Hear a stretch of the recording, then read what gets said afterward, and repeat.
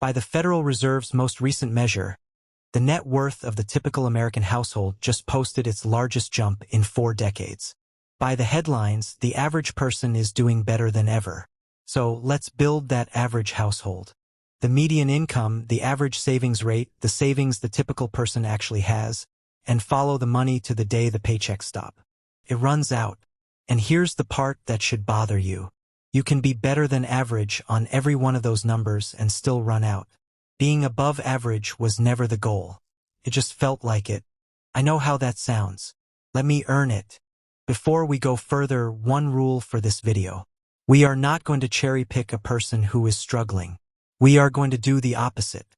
We are going to assemble a person from the exact middle of every official number in the country. The Census Bureau, the Federal Reserve, the Bureau of Labor Statistics, the Social Security Administration, and we are going to be generous to him at every step where the data leaves any room for judgment. Call him Ryan. Ryan is not poor. Ryan is not reckless. Ryan is assembled from the middle of every official statistic in the country. And by almost every measure you will ever read in a headline, Ryan is doing fine. The question is narrow, and it is the only one that matters. If you follow Ryan's money from his next paycheck to his last one, does the average actually make it? Let me walk the numbers one at a time, and you can watch the picture assemble. Start with what Ryan earns. The median household income in the United States, in the most recent census figures, is about $83,700 a year. That is the middle of the country. Half of households earn more, half earn less. So it is exactly where Ryan sits. It is not a small number. In real terms, it is more than the median household earned a decade ago. By the only comparison most people ever make. Am I keeping up? Ryan is keeping up. But Ryan does not get to spend $83,000 because the government is paid first. Between federal income tax, the payroll taxes for Social Security and Medicare, and a typical state tax, a household at Ryan's income keeps roughly 82 cents of every dollar. We are being deliberately gentle here. Plenty of households keep less. That leaves Ryan with something close to $68,000 to actually live on. Hold that number. Everything that follows comes out of it. Now, the money leaves. The Bureau of Labor Statistics tracks where it goes, and for a household at Ryan's income, the pattern is remarkably consistent. Housing takes the largest share, about a third of everything he spends.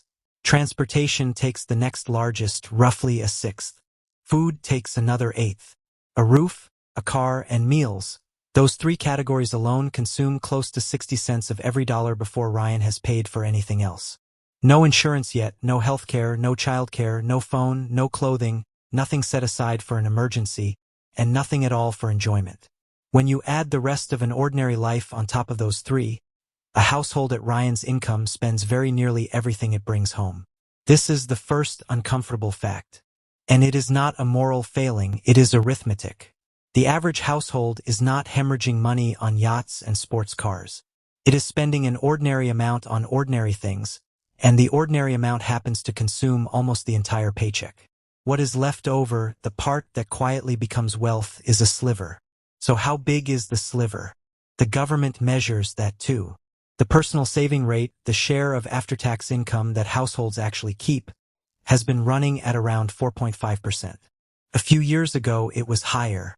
It has been drifting down, not up, even as incomes rose. 4.5% of Ryan's take-home pay comes to about $3,000 a year. $3,000 to fund every goal he has, that is not this month's bills. The emergency fund, the next car, the roof when it leaks, a child's education, and somewhere at the very back of that line, retirement. Now hold that against the advice. Financial professionals generally tell you to save 10 to 15% of your income for retirement alone, before any of those other goals. Ryan is saving 4.5% for all of them combined. That gap, between the rate that is recommended and the rate that is actually lived, is the quiet engine of this entire video. Remember it. We are going to come back at the end and move it. And for many households, the sliver is smaller still, because money is flowing the other way at the same time. A little under half of American households carry a balance on their credit cards from month to month. For the households that do, the balance runs around $8,000, at an interest rate that in the most recent data sits above 21%. Set that number beside the last one. The stock market, over the long run, has returned something in the high single digits per year. The credit card charges more than 21. So when a household invests a little while carrying a card balance, it is in effect borrowing at 21% in order to lend at 8. That is not a strategy, it is a slow leak for these households. Some of the investing they believe they are doing is an illusion.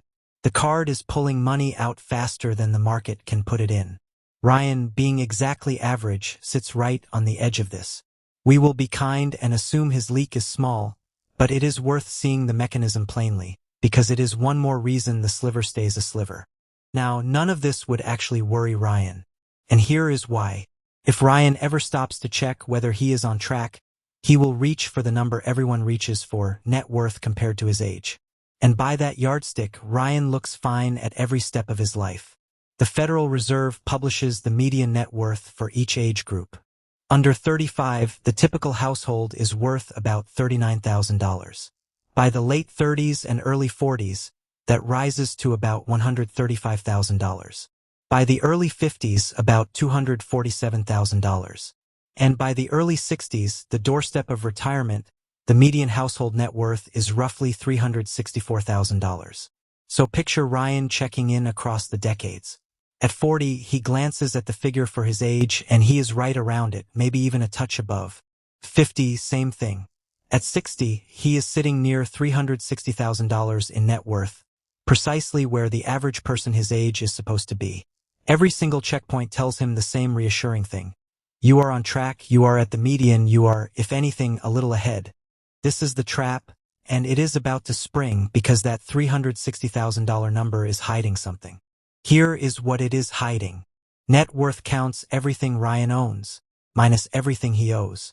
And for the typical household, the overwhelming majority of that net worth is not money. It is the house. It is home equity, the part of the home he has paid down over the years. It is real and it is valuable. But you cannot spend your kitchen in retirement, and you still have to live somewhere. So strip the house out and ask the narrower question, the only one that matters when the paychecks stop. How much does the typical household actually hold in retirement accounts? In the 401k, in the IRA, the money that is specifically supposed to generate income in retirement, the Federal Reserve has that figure too. For households that have any retirement account at all, the median balance nationwide is about $87,000. For households right at the edge of retirement, in their late 50s and early 60s, the median climbs to roughly $185,000. By the late 60s, about $200,000. And that is only counting the households that have a retirement account in the first place. About 1 in 4 American households has nothing in one at all. So that reassuring $360,000 net worth, the one that told Ryan he was on track at every checkpoint, quietly resolves into something far smaller once you ask the retirement question. Honestly, roughly $200,000 in actual spendable retirement savings. That is the number Ryan carries to age 65. Now let's find out what it buys. This is the moment the whole video was built for, so we are going to do it slowly, and we are going to do it fairly. Ryan is 65. He has the median household's retirement savings, $200,000. The standard, time-tested rule for turning a nest egg into income without running out of money is to withdraw about 4% of it in the first year. 4% of $200,000 is $8,000 a year. $8,000, that is what a lifetime of being exactly average produces per year from his own savings. About $660 a month. Ryan, of course, is not leaning on that alone. He has Social Security. The average Social Security retirement benefit in the most recent figures is about $2,000 a month, roughly $24,000 a year. So we added in $8,000 from a lifetime of his own saving, $24,000 from Social Security. Ryan's total retirement income, living the exactly average life, is about $32,000 a year.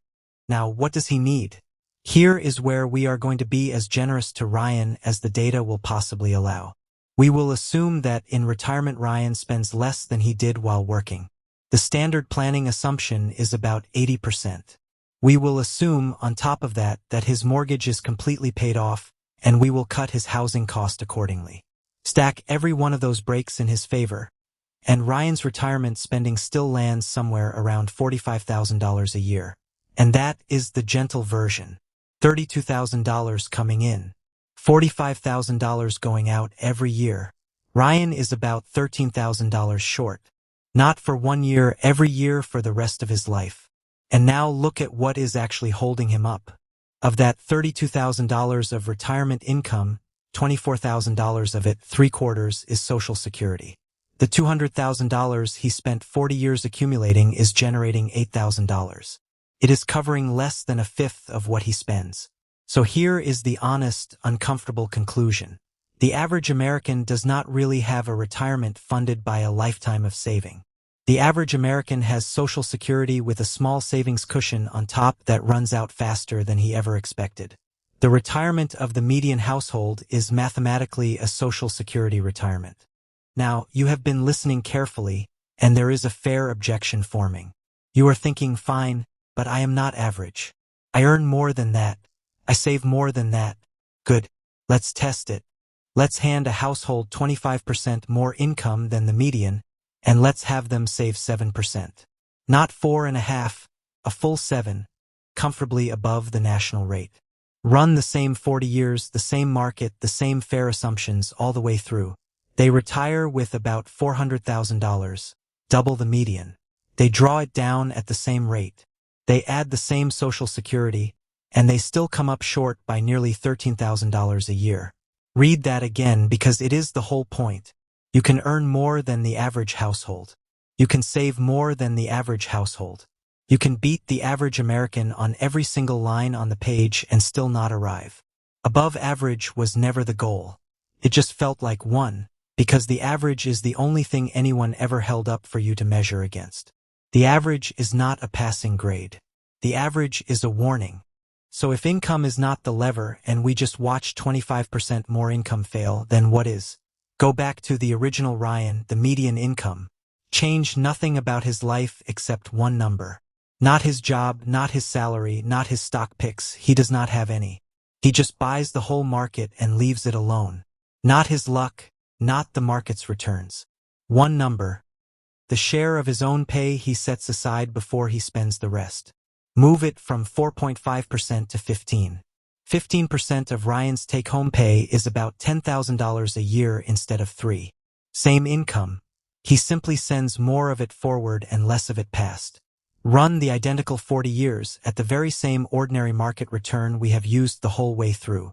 Ryan retires not with $200,000, but with roughly $680,000. Apply the same 4% withdrawal, add the same Social Security, and Ryan's retirement income is now north of $50,000 a year, more than he needs. For the first time in this entire video, the average person arrives.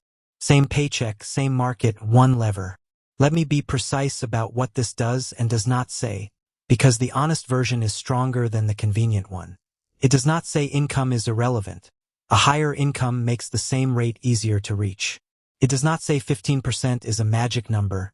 10% gets close, and the right figure depends on how early you start. What it says is narrow, and it is verified. The single most powerful variable separating the average outcome from an adequate one is not how much Ryan earns, and it is not what he invests in, and it is not whether the market has a good decade. It is the fraction of his own paycheck he keeps. That is the lever. It is very nearly the only one that matters. And it is the one sitting entirely inside his own hands. And the reason it is so hard to see is that nothing in ordinary life ever shows it to you. Your paycheck shows you your income. The headlines show you the average.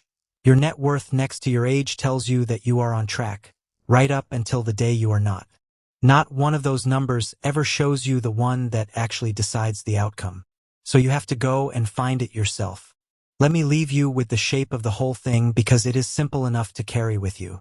We built a man from the exact middle of every official number in the country. We were generous to him at every turn. We gave him the median income, the median savings, a paid-off house, lower spending in retirement, and a fair and steady market. And we followed his money all the way to the end, and it ran out because the average path was never built to arrive. Then we discovered that simply beating the average did not save him either. And then we changed one number, the share of his pay he kept, and the same man on the same income made it. Being above average is not the goal. Being above average just means you are failing a little more slowly than the person standing next to you. The goal is to know your own numbers, your real spending, your real rate, your real trajectory, and to move the one lever that actually decides where you land. The average will never show it to you. You have to run it yourself. If you want the tools we use to run numbers like these, to find your own rate, your own trajectory, the distance between where the average ends and where you actually need to be, they live in the member vault and you are welcome to them. The link is below. That is the math. Now you have seen it. The only question left is what you do with the one number you control.